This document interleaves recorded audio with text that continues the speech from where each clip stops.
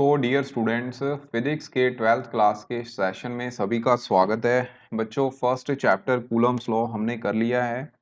तो आज हम उसके उस चैप्टर के रिगार्डिंग जो न्यूमेरिकल्स हैं वो करेंगे। तो बच्चों, इसमें सबसे पहले न्यूमेरिकल जो है वो क्या है कि एक पॉलीथीन का आपके पास we have a polythene piece which is rubbed with, ठीक है, क्या है, रब्ड विद अ वूल, ठीक है, a wool is found to have a negative charge, ठीक है। उसके ऊपर क्या आ गया, नेगेटिव चार्ज आ गया है बच्चों। कितना, 3 × 10⁻⁷ कूलम। ओके, तो आपने अब क्या एस्टिमेट करना है यहाँ पे, estimate the, this is the question, ठीक है, estimate the number of electrons transferred, ठीक है, नंबर ऑफ इलेक्ट्रॉन्स ट्रांसफर्ड। साथ में ये भी बताना है फ्रॉम विच टू विच, ठीक है, किससे किसकी तरफ इलेक्ट्रॉन्स जो हैं ट्रांसफर किए हैं।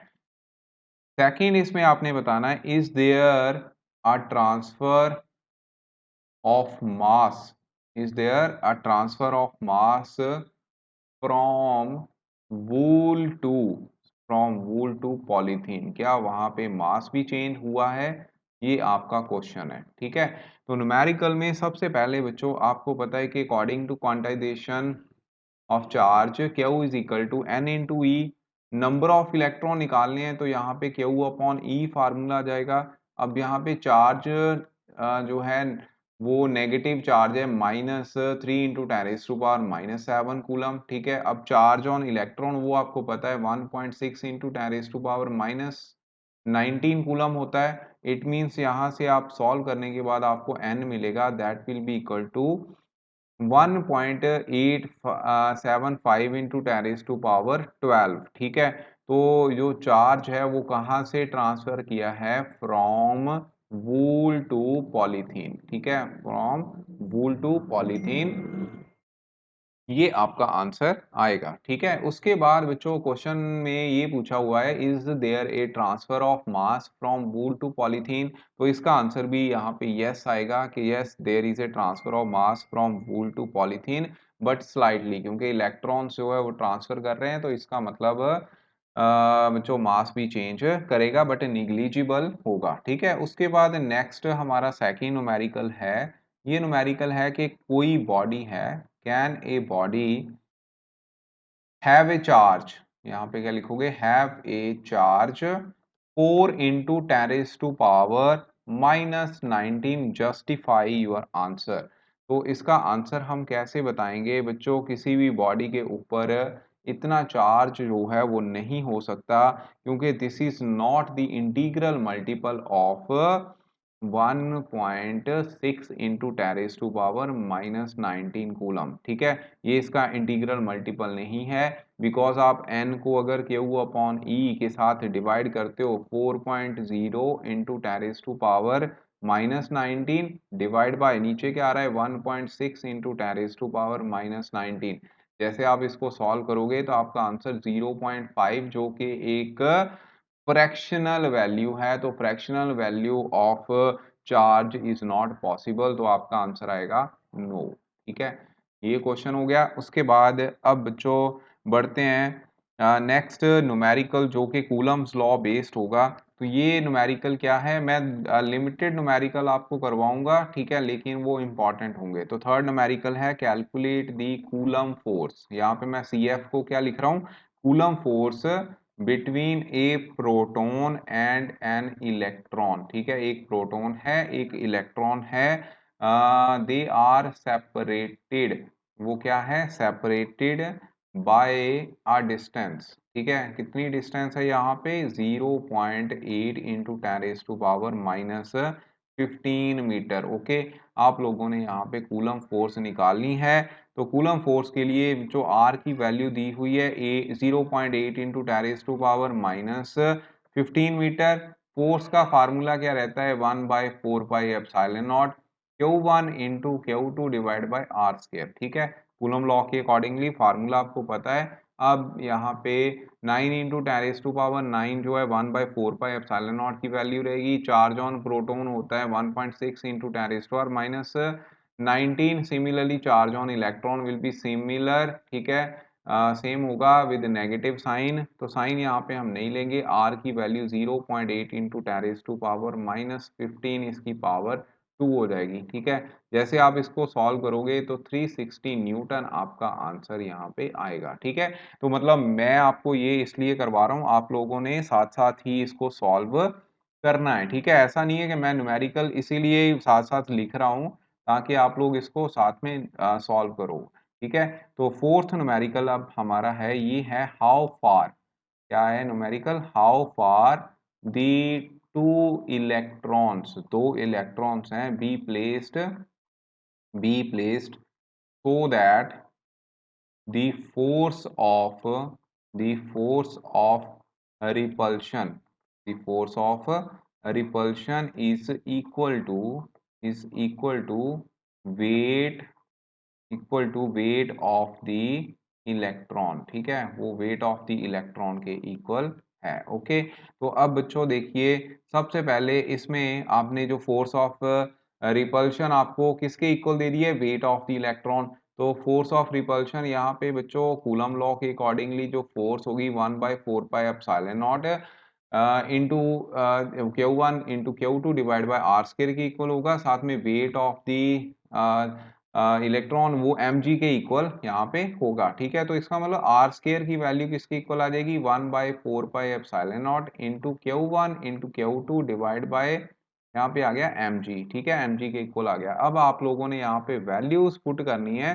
तो वैल्यूज कैसे पुट होंगी? देखिए 1/4πε0 तो सीधा ही है 9 इंटू 10⁻⁹ 9 आ जाएगा, ठीक है। दो चार्जेस हैं तो 1.6 इंटू 10⁻⁻19, इसको मैं दो बार लिख देता हूँ यहाँ पे, ठीक है। कितनी बार? दो बार लिख देता हूँ 10⁻⁻19। नीचे मास ऑफ इलेक्ट्रॉन 9.11 इंटू 10⁻⁻31 रहता है। ग्रेविटी आप सिंपलिसिटी के लिए हम यहाँ पे 10 ले लेंगे, ठीक है।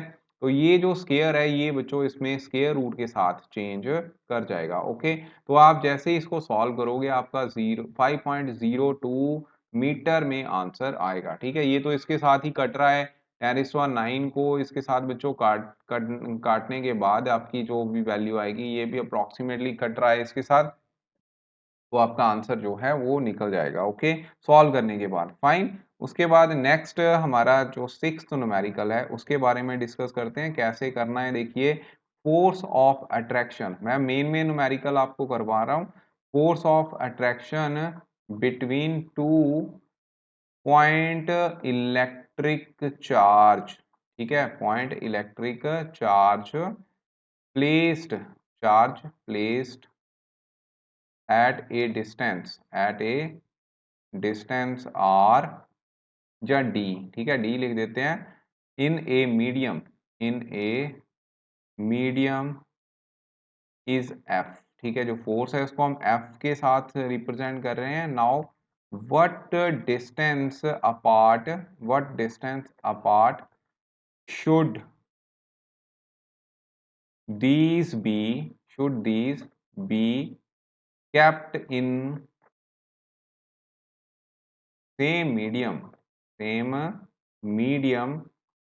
so that the force between them become F/3, ठीक है, force between them become F/3। देखिए F/3 फोर्स हो जाए, ठीक है। तो देखिए फोर्स का formula 1/4πε0 Q1 into Q2 divide by R square हो गया।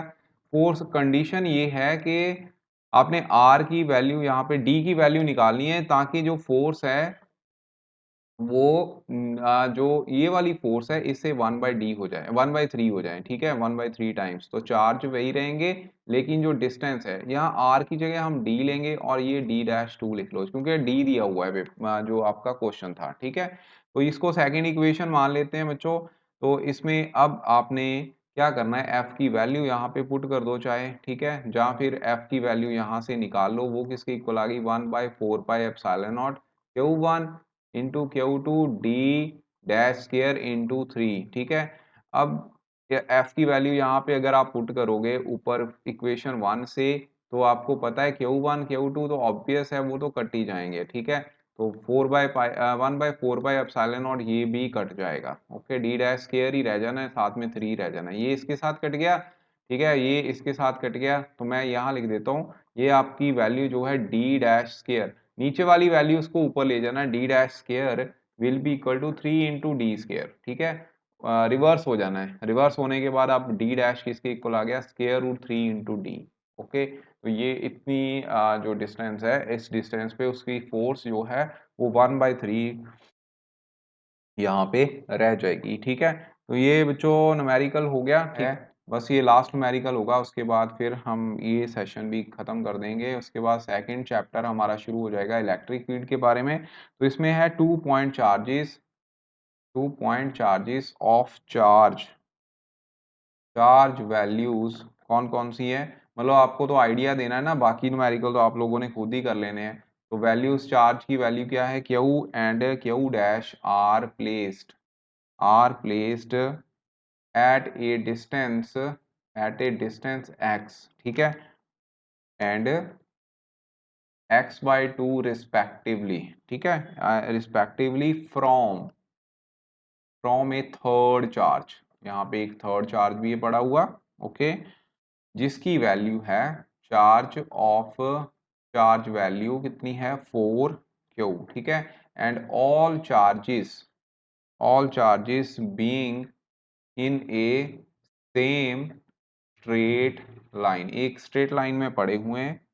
अब आपने क्या निकालना है, calculate the magnitude of charge capital Q such that the net force experienced by the charge Q, small Q है यहाँ पे, ठीक है, इज 0, ठीक है। ये हमारा न्यूमेरिकल है। तो इसमें हमने क्या है, यहाँ पे चार्ज कंसीडर कर लेना है, ये 4q चार्ज है, ओके, और ये आपका स्मॉल Q चार्ज है, और यहाँ पे पड़ा हुआ है capital Q charge B point पे, ये आपका A पॉइंट है, और ये बच्चों C पॉइंट है, ठीक है। बाकी इनके रिलेटेड आप न्यूमेरिकल आप खुद कर लेना, प्रैक्टिस कर लेना, अगर कोई प्रॉब्लम आई तो वो बच्चों फिर मुझसे आप लोग पूछ सकते हो। Okay, thank you.